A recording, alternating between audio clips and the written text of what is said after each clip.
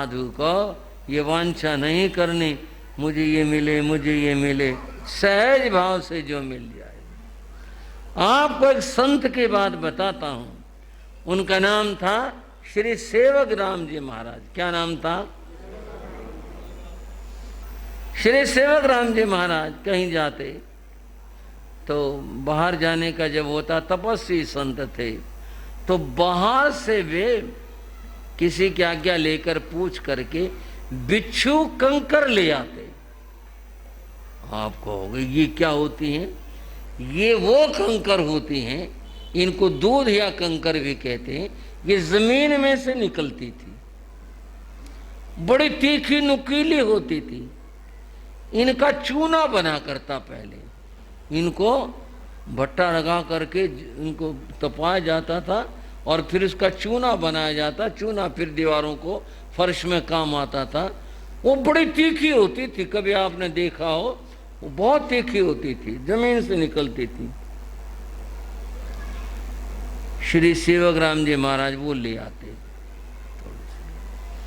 और ला करके जब रात्रि में अपना ध्यान करते, स्वाध्याय करते, वो कर लेते, सोने का समय होता तो वो नीचे बिछा लेते, कमर के नीचे, और बिछाकर उनके ऊपर लेट जाते। संतों ने पूछा महाराज आप ये क्या करते हो? कई भाइयों ने पूछा महाराज ये क्या करते हो? बोले भाई नींद आनी होगी ना तो इसी पर आ जाएगी। जो प्रमाद है, आलस्य है, वो इसके ऊपर नहीं आएगा, नींद खुल जाएगी। बस इसलिए लाता हूं, बिछा ली, चलो नींद निकल जाएगी। उसके बाद में उठा के रख दे और एक तरफ को रख दे। बंधुओं, कितना उन्होंने अपने आप को जीता हुआ था, कितनी अद्भुत बात थी।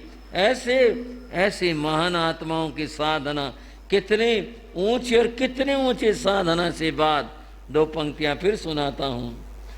हो गई है पीर पर्वत सी, पीड़ा कितनी हो गई, पर्वत जितनी ऊंची हो गई है पीर पर्वत से, अब पिघलनी चाहिए। बहुत हो गई, अब तो पीड़ा जो है पिघलनी चाहिए।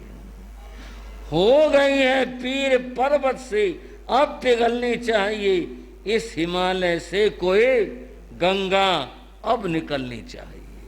इतने बड़े साधक होते हैं, ये अंदर की गंगा वहीं तो बहेगी, वहां ही तो निकलेगी, तभी तो हो पाएगी। ऐसी महान आत्माओं का नमन करते हैं। बताया गया आक्रोश परिचय है। कोई आदमी साधु को देखकर द्वेष करे और वो मारने के लिए तत्पर हो जाए, साधु ने हाथापाई नहीं करनी, साधु ने जवाब नहीं देना, चुपचाप सहनशीलता के साथ सहन कर ले, इस परिचय को जान ले। और कहा गया सोचानंग फरसा भाषा, ऐसे ऐसे लोग हैं जो साधु को देखकर द्वेष कर बैठते हैं, कुछ का कुछ कहने लग जाते हैं, किस किस तरह से बोलने लग जाते हैं। साधु ने चुप रहना और शांत भाव से सहन लेना। एक बार हम जा रहे थे, एक गांव आया, वो सड़क गांव के बीच में से गुजरती थी। हम गांव के नुक्कड़ पे ही आए थे अभी, तो 5-7 आदमी बैठे हुए थे चारपाई पर। एक बोला दुनिया में के ढोंग चाल पड़े, देखो दुनिया में के ढोंग चाल पड़े, देखो। हमारे को सुना के कहा, अच्छे से सुना के कहा। हमारे साथ थे श्री सुमेर मुनि जी। इस बार श्री सुमेर मुनि जी का चातुर्मास गुजर खेड़ी गांव के अंदर है, ठाणे 2 से है, वो साथ में थे। बोले जी जरा यहाँ तक जाए हूँ, मौके बाद में कुछ नहीं कहना। बोले ना ना मैंने क्या कहना। सुमेर मुनि जो हाथ दे गुनते, बोले वह तेरा के ठा लिया। सुमेर मुनि बोले भाई ढोंग चाल पड़े, कुछ भी चाल पड़े, तेरा के ठा लिया, यूं बता। और बोले बाबा चल चल अपना काम करिए। तो नहीं बोल रहे चाल अपना कर। बोले हम तो चाल ही रहे, तुम तो जा ही रहे, तुम तो कुछ नहीं कह रहे। सवाल ये भाई पूछ रहा था ना, वे के ढोंग चाल, बराबर हमने किसका के ले लिया, साधु किसका क्या लेते। ठीक है वे अपने रास्ते जा रहे हैं, पर बोलने वालों को बोलने से मतलब है। कहा गया कोई आदमी गाली विधि अपशब्द कहे, उन सारी स्थितियों को सहन कर ले। और बंधुओं, वध परिचय है। ऐसे भी लोग हैं जो शस्त्र का प्रयोग कर देते हैं। स्कंदक जैसे उदाहरण है जिनकी खाल तक भी उतार दी गई, और ऐसे उदाहरण है कोलू में पील दिया गया।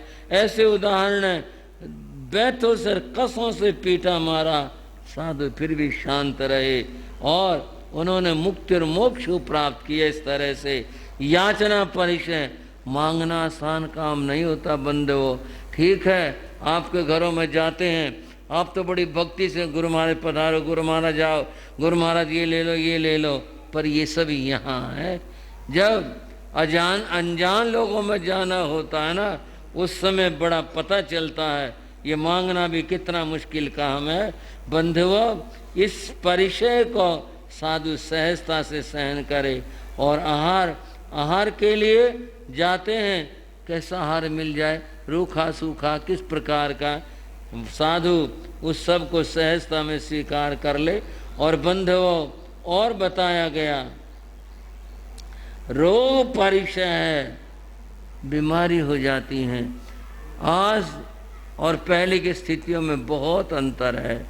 आज तो अगर साधु को कुछ जरा सा हुआ तो आप लोग श्रद्धा सेवा भाव से डॉक्टर को बुला लाते हो, लेकिन शास्त्र में कहा गया ऐसी परिस्थिति हो जाने पर तेग इच्छा ना भी नंदे जा, ऐसी कामना न करे। गृहस्थ में सारे उपचार हैं, साधुओं के लिए उपचार ही कहाँ हैं।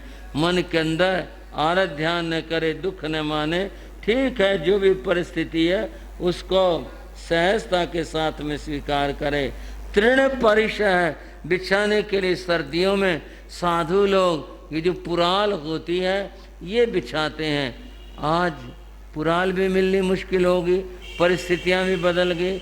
आज तो दूसरी तरह के रबड़ के साधन उपलब्ध हैं, लेकिन पहले वो तिनके इतने चुभने वाले होते थे, ऐसे चुभाते हुए सारे हाथ में वो लग जाते थे और कमर के ऊपर भी कितने निशान पड़ जाते थे। सहजता में संत लोग स्वीकार करते थे।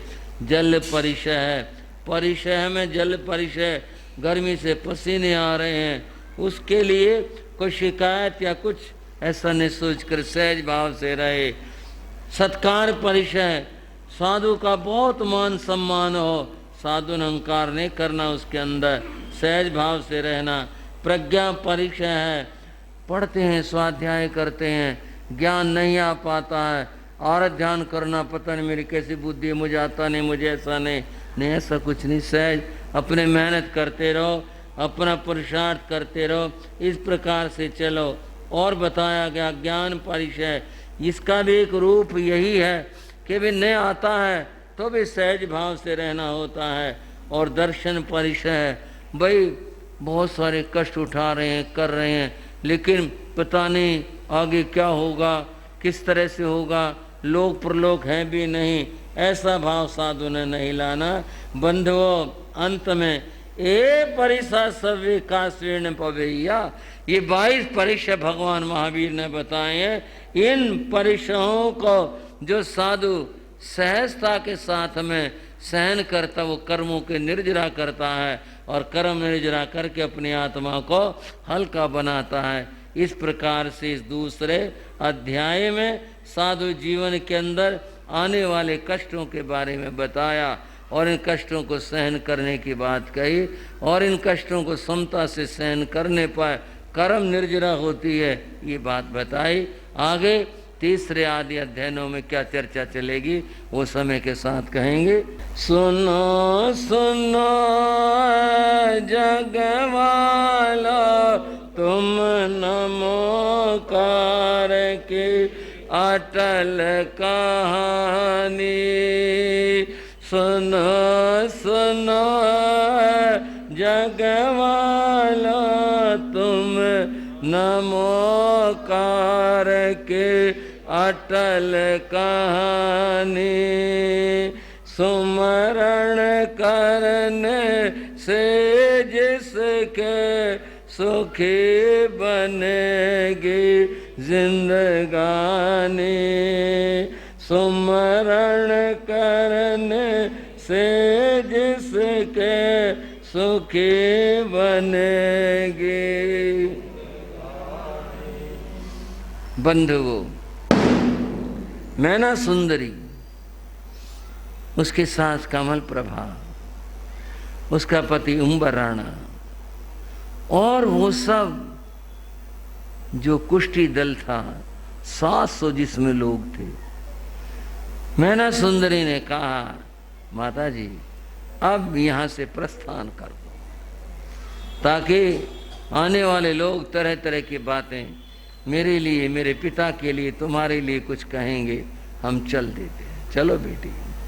प्रस्थान कर दिया। गांव दर गांव इस तरह से आगे जा रहे थे।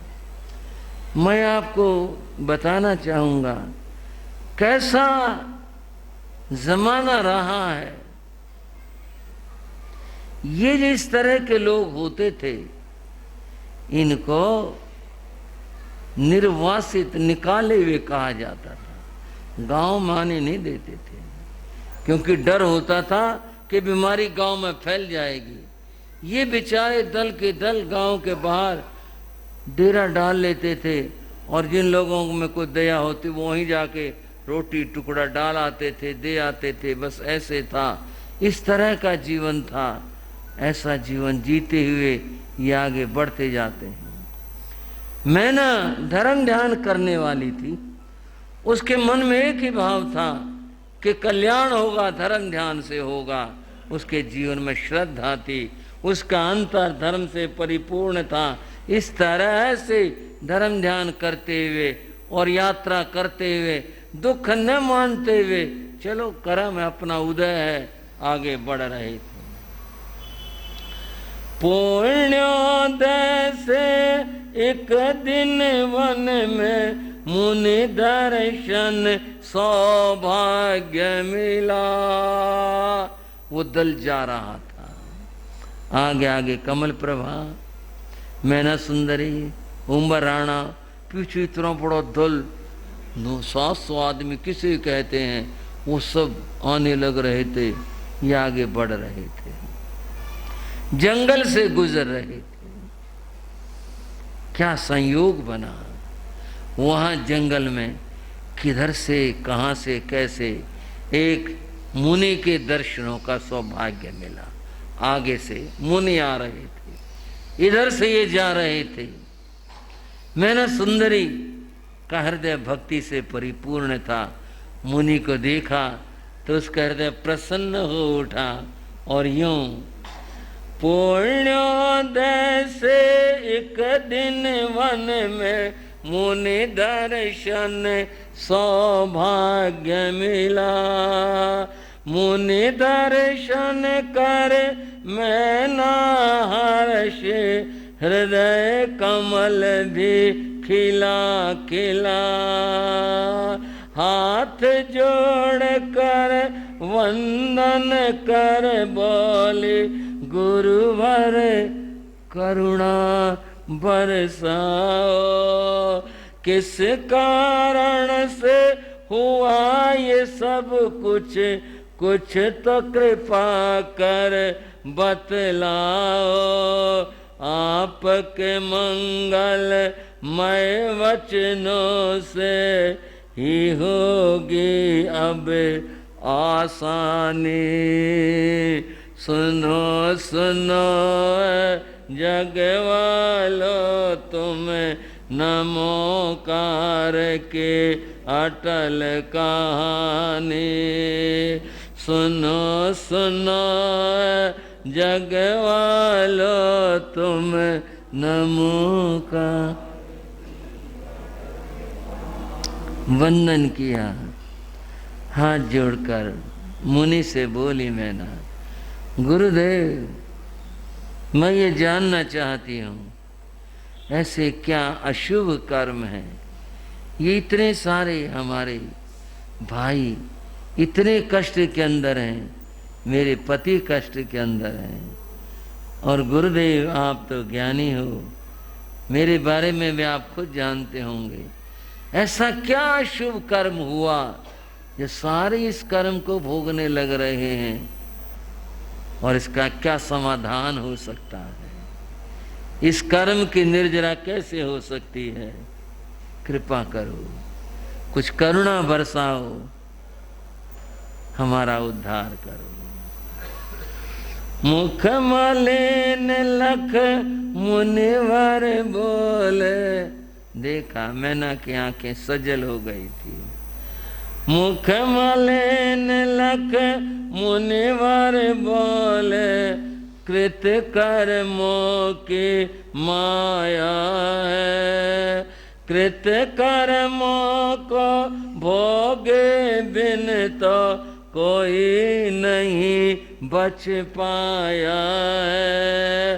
ओल तप के करो साधना, बोलो ओल तप के करो साधना, नव पद का तुम जाप करो। कर्म निर्जरा होगे इससे, यूं अपने संताप हरो। गुरु वचन पर श्रद्धा रखना, फिर से जगेगी पुण्यवानी। सुनो सुनो जग वालो तुम, नमोकार की अटल कहानी। सुनो सुनो जग वालो तुम, नमोकार के। बहन, ये जो भी कुछ हो रहा है तुम्हारे सामने है, ये सब कर्मों की माया है, कर्मों का फल है, कर्मों का उदय है। उसी के कारण से ये सब हो रहा है। गुरुदेव, संसार में रोग हैं तो औषधि भी है। हाँ बहन, तो इन कर्मों का समाधान क्या होगा? तब उन मुनिराज ने कहा, ओली तप की करो साधना, तुम ओली तप की आराधना करो, नव पद का तुम ध्यान करो और जाप करो। और नव पद, नमो अरिहंताणं के 5 पद, और बंधवो ज्ञान दर्शन चरित्र और तप, ये मिलाकर 9 पद, इसकी आराधना करो। इसकी विधि बताई, आमिल तप करना है, इसका जाप करना है, बड़े समता भाव के साथ में जाप करना है। ये तुम करोगे तो कर्मों की निर्जरा होगी।